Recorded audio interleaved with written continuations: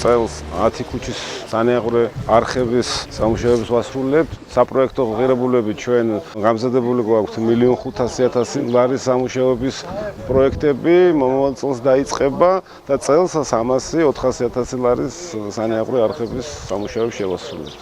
ერთ-ერთი ქუჩა, რომელიც 30 წლის განმავლობაში ჰქონდათ პრობლემა, ეგრეთ წოდებულ ფაიფურის დასახლების ენგურის ქუჩა.